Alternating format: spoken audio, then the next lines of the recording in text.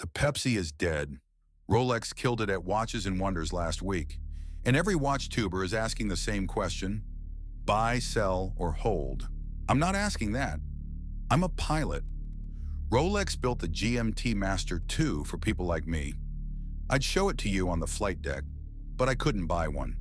I shopped Rolex authorized dealers in 11 cities across 3 continents. No joy, so I'll ask it differently. How much does a company have to hate its customers to kill the most in-demand pilot's watch on Earth and replace it with nothing? It's called Enshittification. The word comes from Cory Doctorow, tech activist, author, the guy who goes on The Daily Show to explain why your phone is working against you. He built a framework for how platforms go bad. He defined the journey in 3 stages. Stage 1, attract. Be genuinely good, earn your users. Stage 2, lock in. Make leaving expensive. Stage 3, extract. Once they're staying, start taking. His point is that none of this is inevitable. It's specific choices made by specific people. Now, Doctorow built this to explain Facebook and Amazon. He's describing companies that intentionally degrade their product. Rolex didn't do that. The GMT-Master II kept getting better. Better movement, better bezel, better bracelet. Rolex didn't enshittify the watch, they enshittified the transaction. The experience of being a Rolex customer got worse while the product got better. You don't need to degrade the product when you can degrade the relationship instead. Rolex isn't a watchmaker anymore. It's a platform. In 1954, Pan American World Airways called a meeting with Rolex. They needed a watch that could track 2 time zones for their jet crews. What came out of that meeting was the GMT Master, reference 6542. But what matters for this story isn't the history, it's the relationship. Pan Am issued these watches to their crews, logged by serial number. ALPA, the pilots' union, negotiated a 30% discount so working pilots could buy them. This wasn't luxury, this was commerce. You needed a tool, Rolex built it, and they made sure you could get one. That's stage 1 of the framework. Attract. Deliver real surplus value to your users. Earn the installed base honestly. And Rolex earned it. Now, Rolex doesn't operate like that anymore. Some brands still do. But when the market shifted from tool to luxury, Rolex had a choice. Resist the worst of that change or accelerate it. They floored it. And there's a reason why. The Quartz crisis is the reason Rolex changed. It's not the reason they became, as Mike puts it, high on Alpine Air and tax evasion. This is the hinge in Doctorow's framework. The Quartz crisis pushed Rolex from attract to lock-in.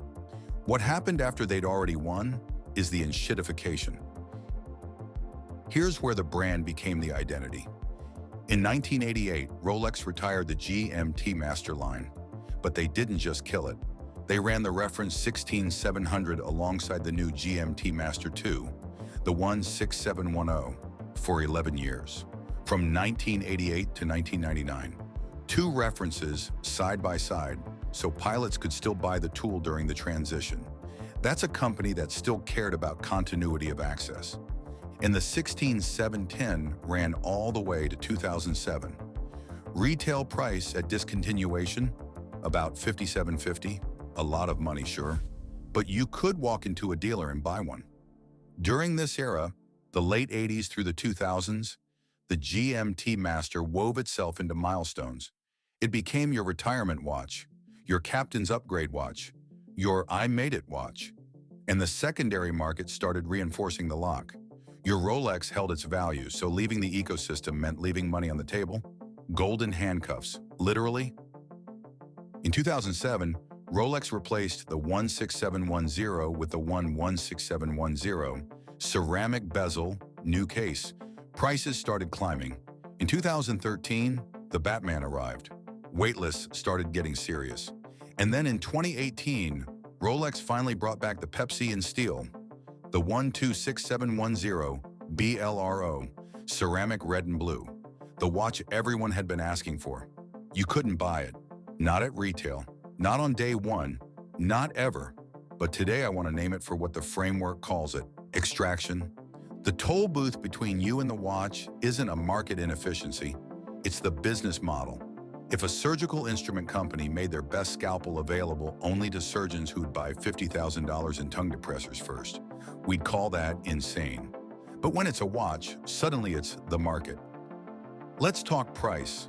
The 16710 retailed for around $5,000 when it was discontinued in 2007. The 126710B LRO's last MSRP was $10,700, double in under 20 years. But that number is a fiction because you couldn't buy one at MSRP.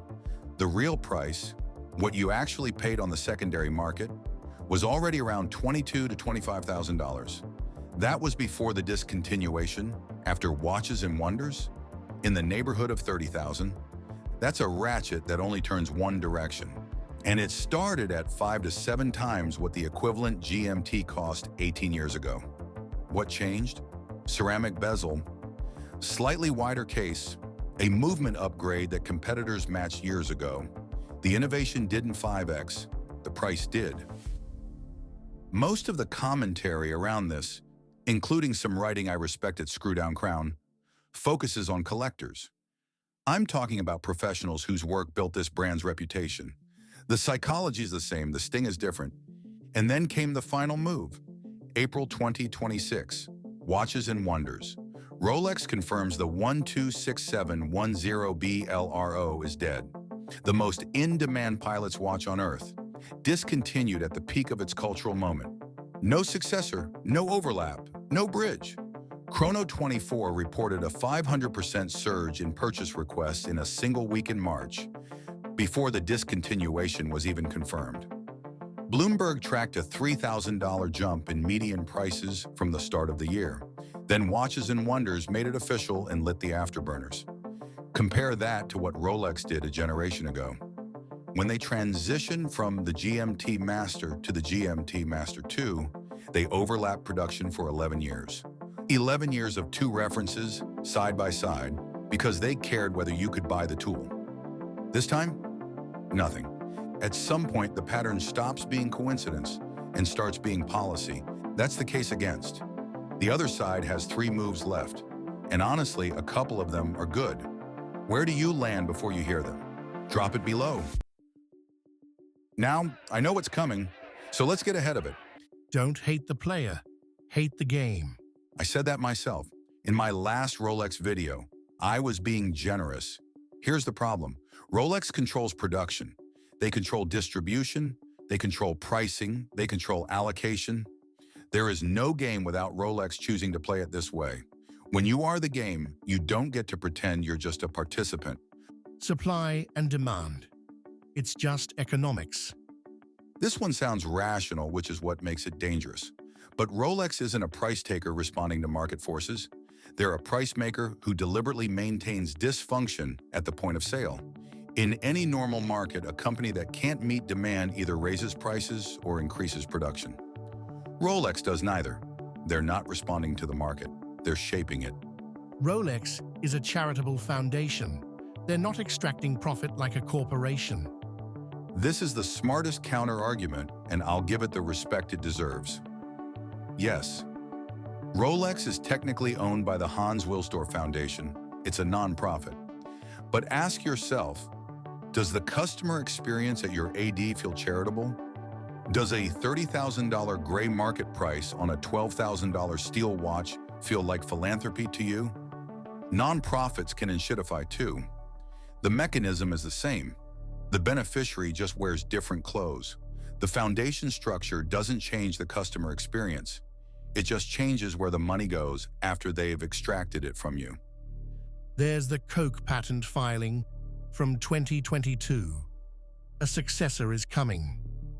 When Rolex transitioned from the GMT-Master to the GMT-Master II, they overlapped production for 11 years. This time, they left a cliff. If there's a successor in the pipeline, why not bridge the gap? Unless the gap is the product, why should anyone care? Because Rolex just proved that a pilot's watch is worth more as a myth than as an instrument. The Pepsi wasn't discontinued, it was harvested.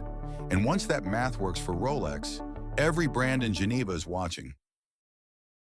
Enshittification isn't a word I use lightly, but when you attract professionals with a purpose-built tool, lock them into an identity built around your brand, and then make it progressively harder to buy the product while extracting maximum value from the scarcity. That's the pattern, that's the framework, and it fits. I often fly with some sort of GMT on my wrist. I actually use the complication. Rolex made this watch for people like me, and then they made it so I can't buy it from them, discontinued it, so who knows when I'll be able to. And they're counting on me wanting it more and being willing to pay much more because of that. That's not a luxury strategy, that's contempt. Last time I said, don't hate the player, hate the game. I've changed my mind. When you build the game, set the rules, control who gets to play, and then pull the board off the table when everyone finally wants in. You are the game. Rolex used to overlap production. They used to care that we could access the tool. They used to treat the transition between references as a bridge, not a cliff. That Rolex is gone. The Pepsi was built for the cockpit. It dies on a spreadsheet. The Pepsi is dead. Long live the Pepsi. What I want to know, is there a brand left that's still building watches for pilots? For a good story, not status. Drop it below. I'll be reading everyone. Keep your speed up and your crown screwed down.